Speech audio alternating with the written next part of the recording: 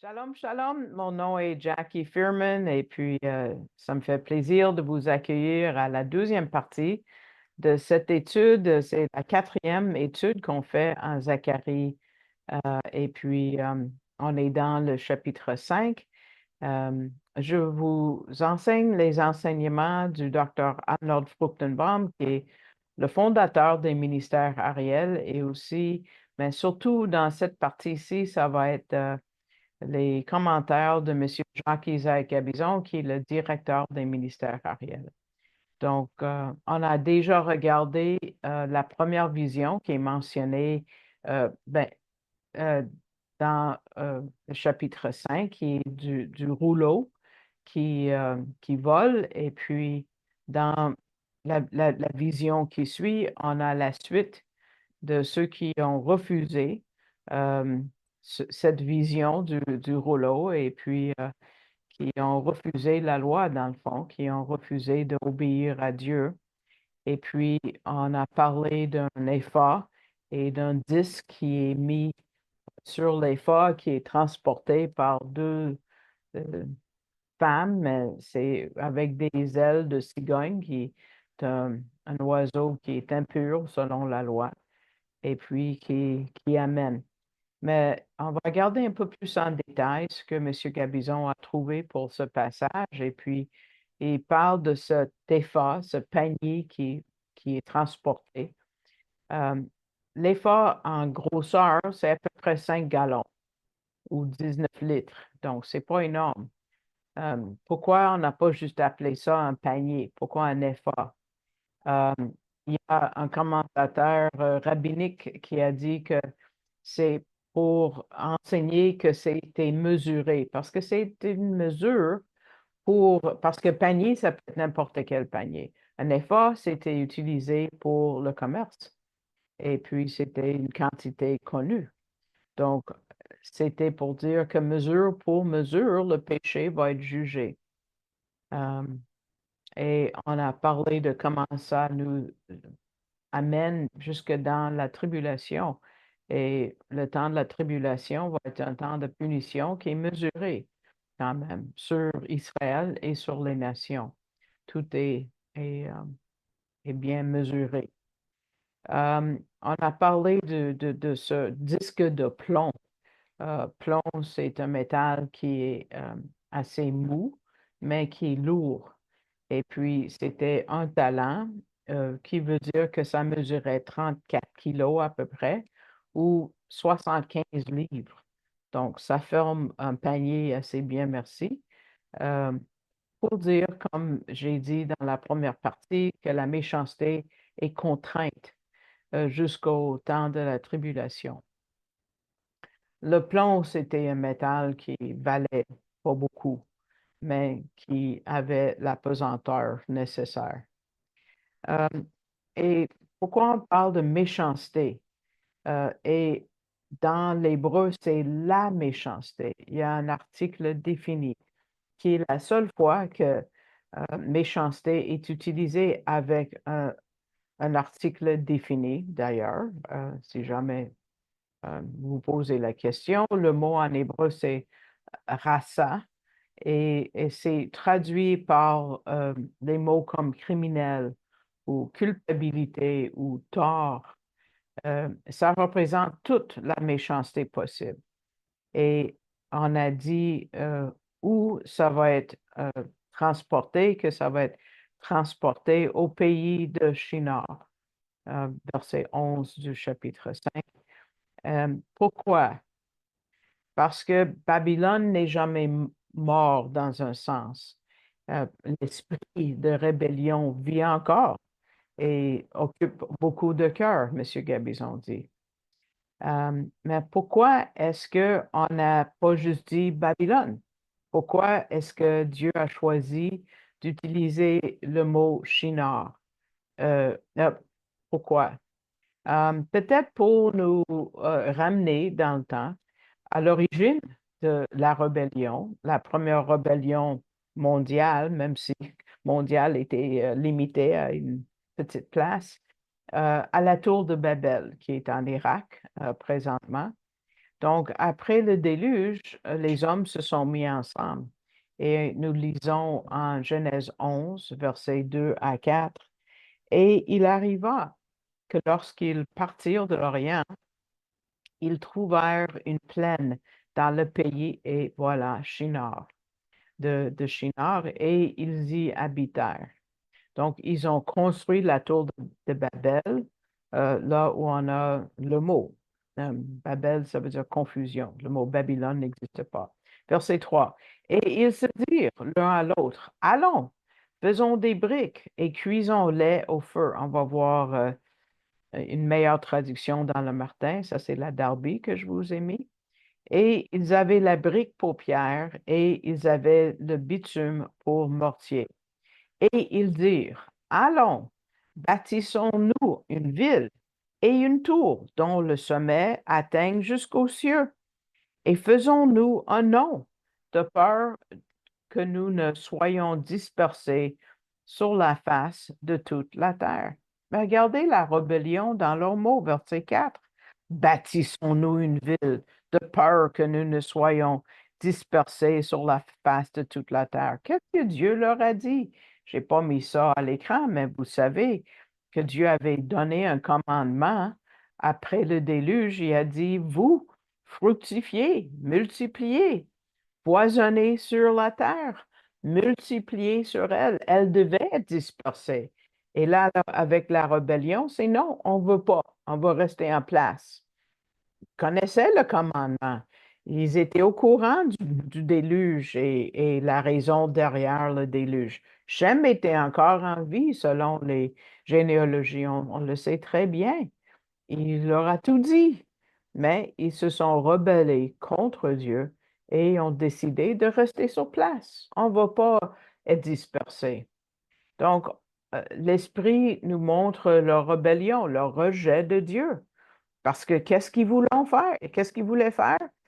Ça dit, faisons des briques et cuisons-les au feu. Faisons-nous, c'est tout nous allons, hein? Ils veulent faire une tour, une ville, un nom pour eux-mêmes. C'est comme s'ils disaient à Dieu, tu sais, laisse-nous faire, tu sais. On veut être laissé pour nous-mêmes. Et dans le Martin, ça dit, et les cuisons très bien. Ça veut dire avec un feu qui est très, très chaud. Le plus chaud que possible. Pourquoi? Pour que les briques restent en place, pour que ce soit un lieu permanent. Ils sont décidés qu'ils veulent vivre indépendamment de Dieu. Hum, quel genre de rébellion? Monsieur Gabizon nous dit ce genre de rébellion va croître, va augmenter dans le monde. On ne voit pas le monde devenir un monde meilleur tout le temps, hein? Non. Les épîtres nous prophétisent la même chose. Donc, on sait que ça va de Timothée surtout. Euh, donc, c'est la rébellion. Et ça nous amène jusqu'à la dernière rébellion, si vous voulez, mais pas la toute dernière, parce que ça, la toute dernière va être pendant le royaume messianique, juste à la toute fin, mais ça nous amène au temps de la fin, si vous voulez, dans l'Apocalypse. Donc, en Apocalypse 17, 18, on voit que Babylone prend le contrôle du monde entier. Il y a un Babylone religieux, un Babylone économique. Euh, L'économique commence parce que l'Antéchrist va prendre le contrôle de la planète d'une façon politique et ensuite il va exiger que le monde l'adore. Donc ça, c'est un Babylone religieux. Donc, tournons, s'il vous plaît, parce que c'est trop de versets. On va passer le restant de l'étude dans l'Apocalypse. Surprise! Donc, tournons à l'Apocalypse, chapitre 17 maintenant. On va puiser un peu du chapitre 17 et aussi du chapitre 18. Et M. Gabizon dit, ce que ça nous décrit, c'est vraiment la méchanceté qu'on trouve dans le Épha de Zacharie 5. Donc, il commence en disant qu'il y a beaucoup de noms pour cette femme de méchanceté. Euh, Si vous êtes au chapitre 17, regardez le verset 1, ça dit que c'est une prostituée. verset 5, que c'est la mère des impudiques. Et sur son front, c'est écrit Babylone la grande, la mère des impudiques et des abominations de la terre. Pourquoi utiliser le mot impudique? Parce que la prostitution dans la Bible est un synonyme de l'idolâtrie. Et ici, on voit le sommet de l'idolâtrie qui est faite par les religions humaines en étant de passer à côté de Dieu. Il y a un philosophe romain qui s'appelait Sénéca et puis il vivait à l'époque de l'apôtre Jean et il a dit que à Rome, les prostituées portaient une bande autour de leur front et ça disait soit leur nom à eux ou le nom de leur propriétaire. Et puis ici, l'Esprit nous révèle euh, son identité.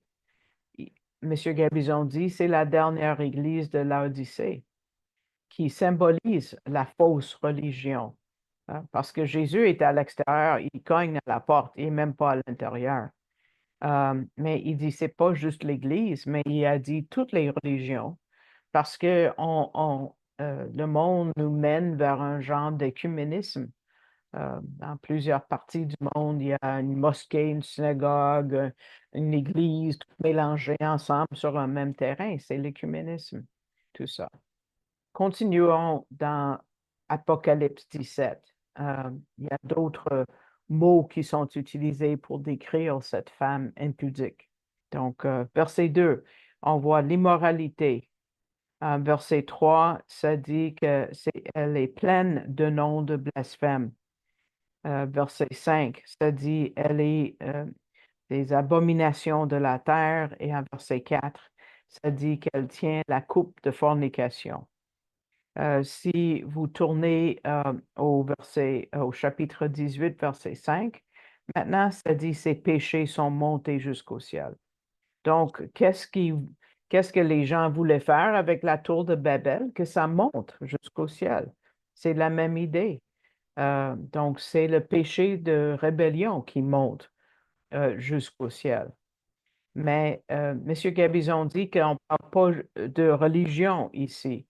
On l'appelle la grande ville 6 fois et on l'appelle mystère Babylone la grande en chapitre 17, verset 5. Et M. Gabizon dit ça parle d'économie et des politiques parce que ça commence politiquement. L'Antéchrist va contrôler le monde entier. Et il a dit, cette méchanceté sortira deux individus. Et là, il dit l'Antéchrist et le faux prophète.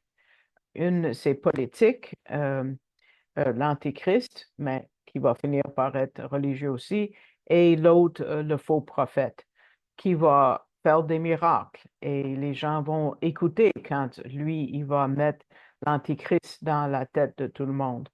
Et ça va être toute une erreur de faire ça. Donc, on pense que peut-être il y a des gens au moins qui disent que Babylone du chapitre 17 n'est pas le même du chapitre 18 de l'Apocalypse. Là, on va regarder une diapo qui nous montre qu'ils sont le même. Par exemple, ils sont nommés les deux Babylone la Grande. Au chapitre 17, 5, je vais les lire pour vous, ceux qui sont au téléphone, et aussi au chapitre 18, verset 2. Ça dit qu'ils portent des beaux vêtements, euh, ils vivent dans le luxe. On voit chapitre 17, verset 4 et chapitre 18, verset 5. On parle de l'immoralité avec les rois de la terre, chapitre 17, verset 2 et aussi chapitre 18, verset 3. Et on voit que cette méchanceté persécute et tue les croyants, cette femme Babylone. En chapitre 1, ça devrait dire 17, verset 6, 17, 6 et 18, verset 24. Et on voit le même destin au chapitre 17, verset 16 et chapitre 18, verset 24. Donc, ils ont le même destin et ils brûlent à la fin. Et brûler, c'est un acte de jugement. Par rapport à l'aspect économique, on voit en Apocalypse 18, versets 12 et 13, on voit 27 items différents qui constituent la marchandise qui va être marchandée à cette époque-là. Et ça a l'air d'être un beau moment parce qu'on parle beaucoup, on parle des objets précieux qui coûtent cher, des métaux précieux, des épices qui coûtent cher, des épices, des fines épices, pas juste des fines herbes comme l'origan, euh, du vin, de l'huile. Mais regardez le dernier item, verset 13, ça dit des esclaves et des âmes d'hommes. Wow! Ça, c'est le vrai but de la méchanceté, de attirer les personnes et les âmes loin de Dieu. C'est ça que le diable va faire euh, et qu'il va réussir à faire pendant la tribulation. Tous ceux qui vont accepter la marque de la bête euh, et vont adorer auparavant la bête et il va acquérir ces personnes pour lui-même. Parce que pour lui, les hommes, les femmes, c'est juste un bien quelconque, comme une vache ou un vêtement quelconque que tu portes et tu mets à la poubelle après. Euh, le nom pour Babylone, comme j'ai dit, c'est pas marqué dans la Bible nulle part, c'est toujours marqué Babel, qui veut dire confusion, et puis avec raison. Babel va avoir tellement de succès que à sa chute, le monde va pleurer. Regardez chapitre 18, verset 11, quand ça dit les marchands de la terre pleurent, ils sont dans le deuil à cause d'elle, de sa chute, évidemment, parce que personne n'achète plus leur cargaison. Donc, les marchands vont pas avoir de biens à vendre. Et beaucoup de gens auront profité de ces ventes-là. Beaucoup ont identifié cette femme de l'Apocalypse avec l'Église romaine. Mais Babylone et la méchanceté existent depuis bien longtemps avant. C'est beaucoup plus que juste une dénomination, parce que de mettre ça sur le dos de juste une facette de ce qui du christianisme ou de chrétienté, c'est trop mettre. Non, il faut regarder jusqu'au début, comme autour de Babel. Vous voyez qu'au chapitre 17, verset 1, ça dit qu'elle est assise sur beaucoup d'eau. Mais quelles sont ces eaux-là? Regardons chapitre 17, verset 15. Les eaux que tu as vues sur lesquelles la prostituée est assise, ce sont des peuples, des foules, des nations et des langues. Ça, c'est tout le monde qui accueille euh, toutes les autres nations, les autres langues. C'est pas juste l'Ouest, par exemple, ou le christianisme avec ses 300 environ dénominations. C'est toutes les religions, toutes les économies. Et qui est contre Dieu, parce que dans le verset 6 du chapitre 17, ça dit que Babylone persécute les saints, euh, tous ceux qui croient que Jésus est Seigneur. Quand ça dit, je vis cette femme ivre, ça c'est verset 6, ivre du sang des saints, wow, et du sang des témoins de Jésus. Et en la voyant, je fus saisi d'un grand étonnement. Ivre, wow, c'est pas juste une persécution, mais quelqu'un qui prend plaisir à persécuter. C'est grave, c'est grave. Euh, mais tournons maintenant au chapitre 18. Verset 24, et on voit les derniers mots par rapport à, à celle-là. Ça dit, en elle a été trouvé le sang des prophètes et des saints et de tous ceux qui ont été immolés sur la terre. C'est un système contre Dieu. c'est l'arrogance et l'orgueil elle-même. Et on va voir une des phrases les plus orgueilleuses des Écritures. Si vous regardez chapitre 18 de l'Apocalypse, verset 7, parce qu'elle dit en son cœur, je suis assise en reine, je ne suis point veuve et je ne verrai point de deuil. Wow! Quel phénomène!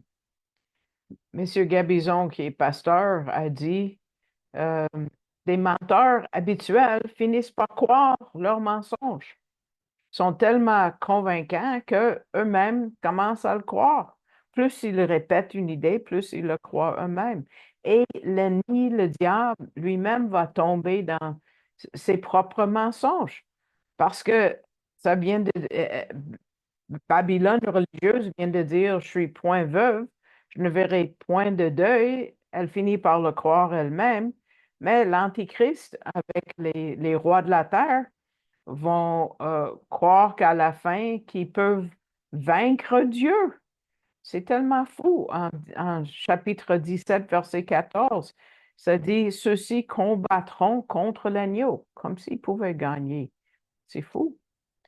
Donc, on voit les ravages de l'orgueil et le diable lui-même tombe dans son propre mensonge et il s'auto-condamne avant d'être condamné par Dieu à la toute fin.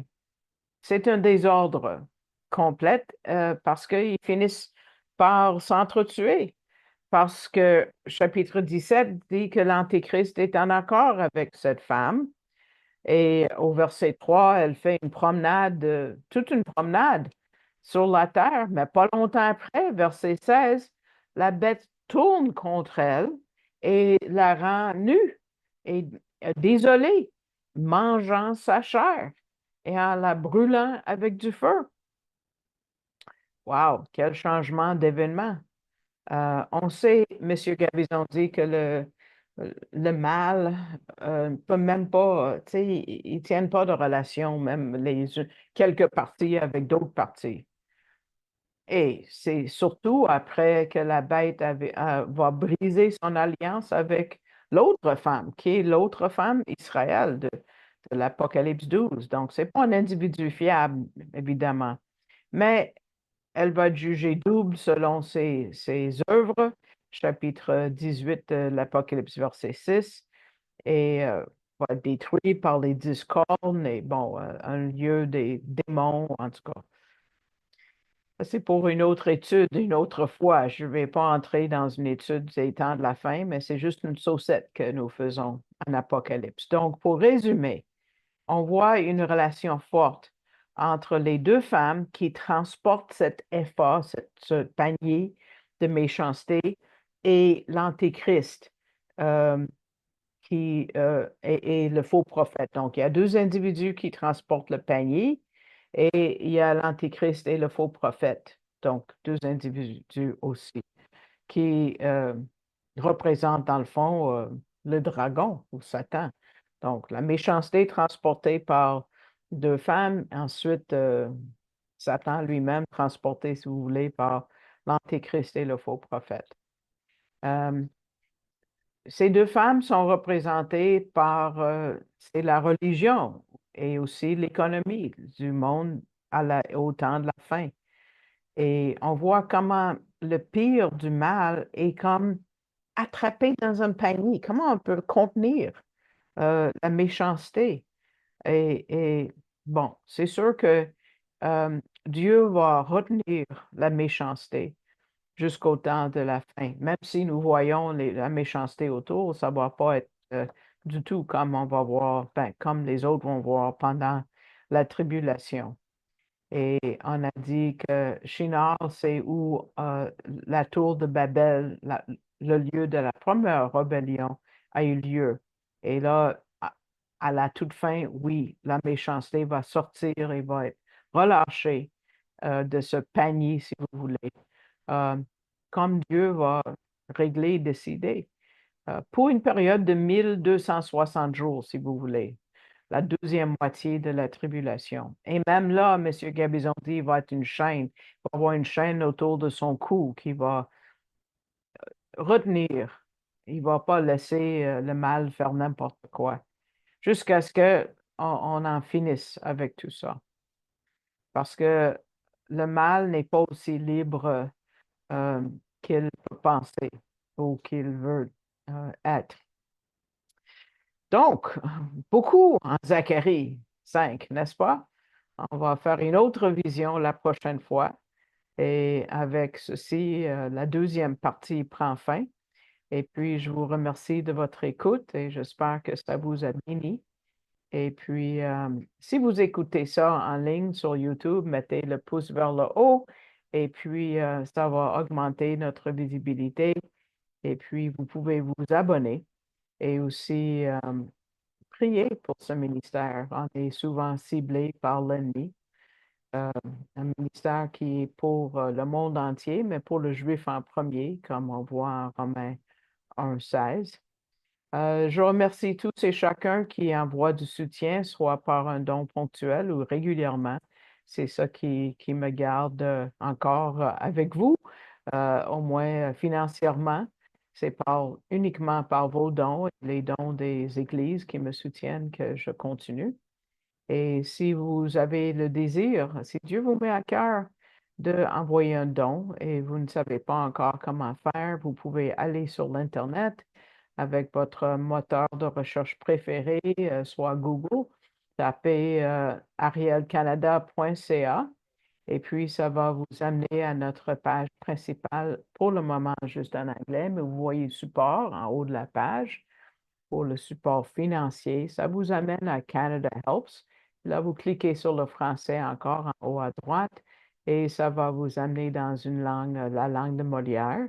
Et vous allez voir, vous pouvez faire un don et il y a un menu que vous pouvez tirer vers le bas. Des fois, des gens ne regardent pas, mais mon nom est en bas de ce menu-là. Et puis, vous pouvez continuer avec votre don à ce moment-là. Donc, je vous remercie de votre écoute et que le Seigneur vous bénisse. Nous, heureusement, on ne va pas voir toute cette tribulation. Peut-être on va partir aujourd'hui, j'aimerais bien.